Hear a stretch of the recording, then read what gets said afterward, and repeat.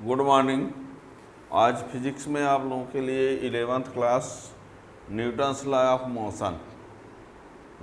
Motion chapter है और उसमें से टॉपिक है Newton's law of motion. First law, second law, third law है। तो आज का जो मेनली टॉपिक है वो क्या है? First law. First law force, momentum, है ना। तो चैप्टर की यदि बात करें तो लॉ ऑफ मोशन है 5 चैप्टर, और टॉपिक की यदि बात करें तो न्यूटन्स लॉ ऑफ मोशन, और उस न्यूटन्स लॉ ऑफ मोशन में भी बात करें तो फर्स्ट लॉ। ठीक है। और फिर फर्स्ट लॉ के बाद second law, third law continue में यदि आप पढ़ते रहेंगे तो समझेंगे 1 बाई 1। ठीक है। तो physics chapter 5 law of motion, है ना। क्लास की यदि बात करें तो 11th है लॉ ऑफ मोशन, और उसमें से पहला हम बताने वाले हैं Newton's first law of motion. Newton's first law of motion बताएंगे। ठीक है ना। Newton's first law of motion. तो न्यूटन फर्स्ट लॉ क्या होता है सुनिए। न्यूटन्स फर्स्ट लॉ ये है, यानी न्यूटन फर्स्ट लॉ यानी इफ इसमें ये इफ यानी object is in state of rest, if any object is in state of rest, it will remains in state of rest. And if object is in motion, if object is in state of motion, it will remains moving in same direction with same velocity unless an external force is applied on it. Means ये यदि कोई object rest पर है तो rest पर ही रहेगी जब तक उसमें कोई फोर्स ना लगाएंगे। यदि ऑब्जेक्ट मोशन पर है तो वो उसी डायरेक्शन में, उसी स्पीड से, उसी वेलोसिटी से मूव करती ही रहेगी। कब तक? जब तक उस पर कोई फोर्स अप्लाई ना किया जाएगा। यदि ऑब्जेक्ट रेस्ट पर है तो रेस्ट पर ही रहेगी, मोशन पर है तो मोशन पर ही रहेगी।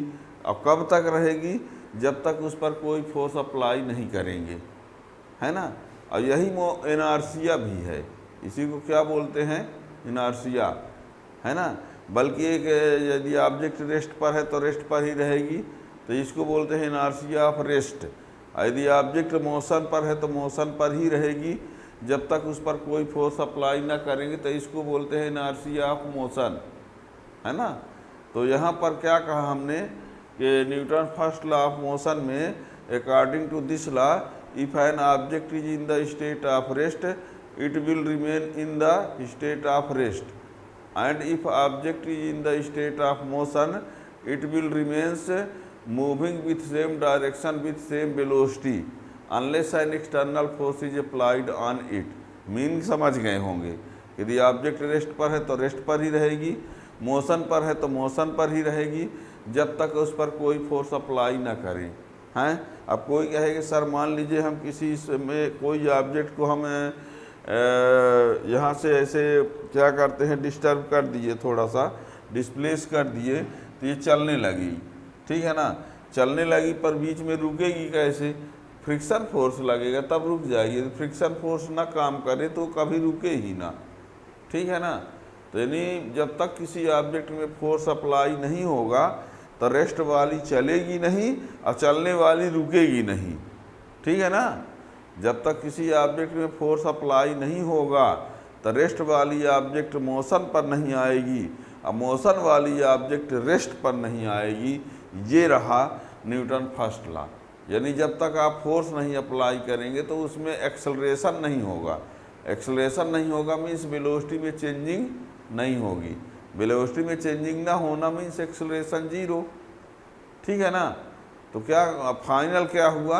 According to this law if an object is if an object is in the state of rest, it will remain the state of rest, and if object is in the state of motion, it will remain moving in same direction with same velocity unless an external force is applied on it. लिखे देते हैं।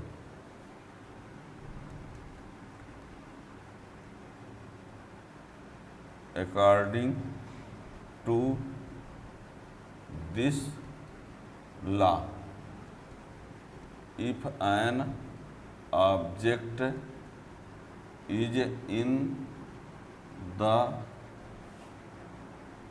state of rest, according to this law, if an object is in the state of rest, it will remain in the state of rest, and if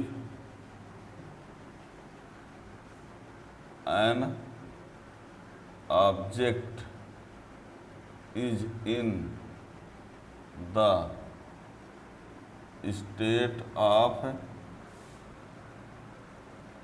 state of motion, it will remain moving in same direction with same velocity unless an external force is applied on it. ठीक, according to this law, if an object is in the state of rest, it will remain in the state of rest, and if an object is in the state of motion, it will remain moving in same direction with same velocity unless an external force is applied on it. It is called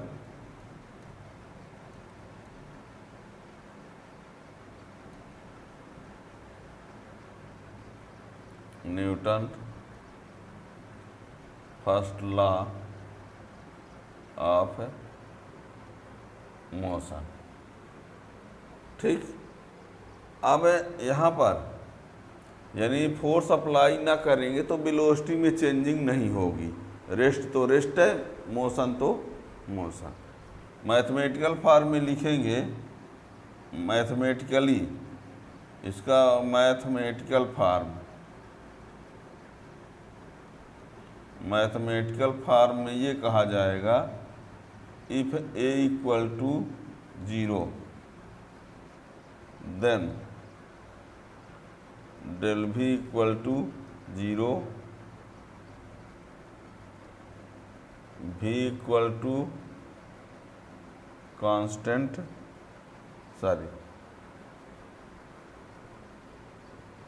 if f equal to 0 then del v equal to 0, v equal to constant and a equal to 0।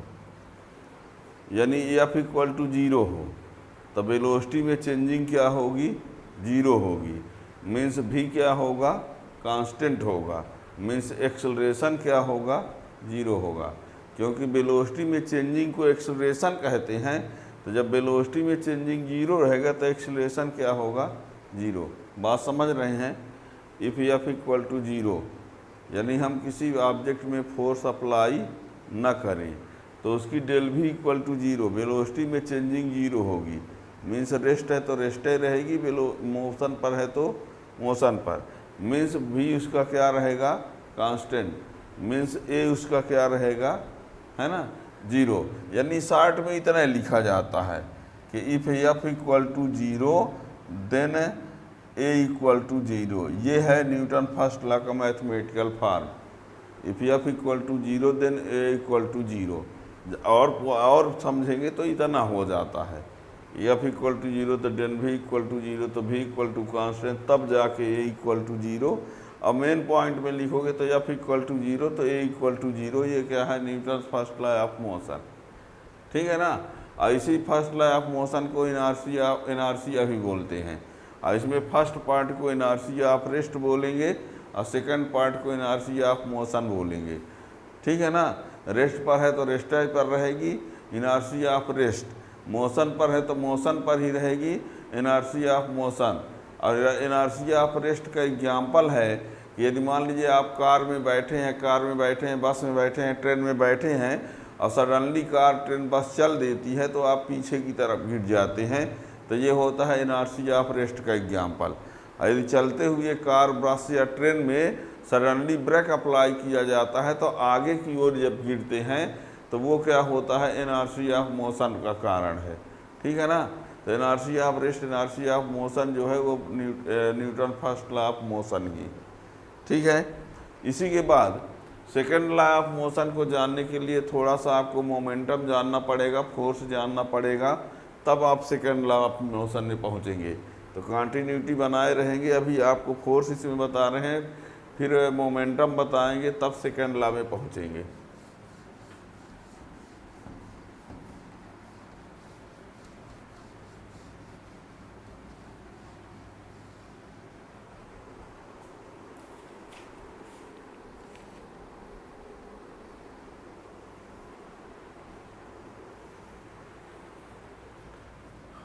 Force क्या होता है? Force क्या होता है? Force is that external cause. Force is that external cause which change or tend to change. Force is that external cause which change or tend to change the state of rest or state of motion or the size and shape of an object.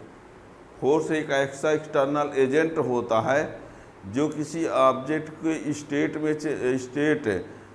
Of rest में change कर सकता है, या state of motion में change कर सकता है, या उसके साइज में चेंज कर सकता है, या शेप में चेंज कर सकता है, या चेंज करने का ट्राई करेगा, प्रयास कर सकता है।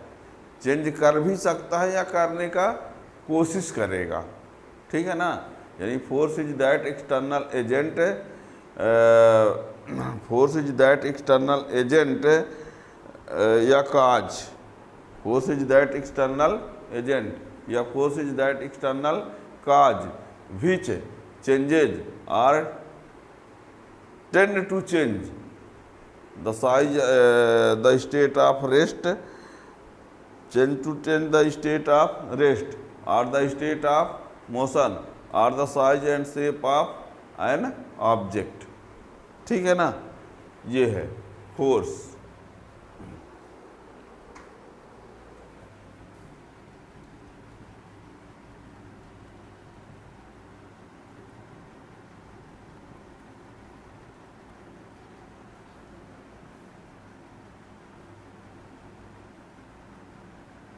Force is that external cause which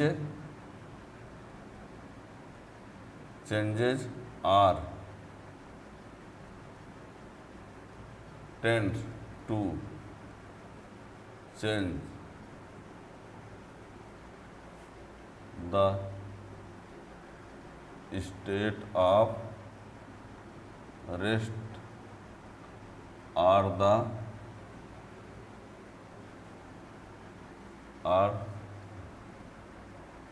the state of motion or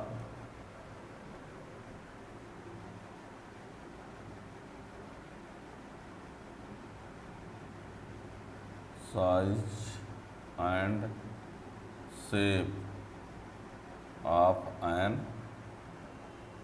object. Force is that external cause which changes or tend to change the state of rest or the state of motion or the size and shape of an object. ठीक, its SI unit is Newton and CGS unit is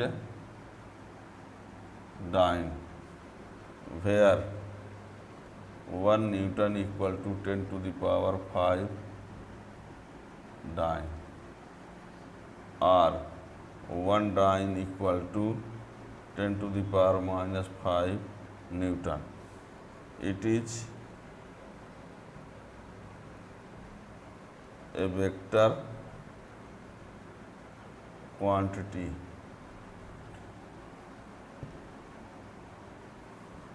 Its dimension formula MLT minus 2. ठीक है ना। Force is that external cause which changes are tend to change the state of rest or the state of motion or the size and shape of an object. Its SI unit is Newton, CGS unit is dyne, where 1 Newton equal to 10 to the power 5 dyne. It is a vector quantity और इस dimension formula MLT minus 2। ठीक है ना। तो ये रहा force. अब इसके बाद आपको पढ़ना पड़ेगा मोमेंटम, और मोमेंटम के बाद न्यूटन सेकेंड लॉ। तो इसके लिए आप चैनल सब्सक्राइब किए रहेंगे तो जब भी उसका वीडियो आएगा तो उसका नोटिफिकेशन मिल जाएगा। वैसे इसके जस्ट बाद वो आएगा न्यूटन सेकेंड लॉ और मोमेंटम। Thank you.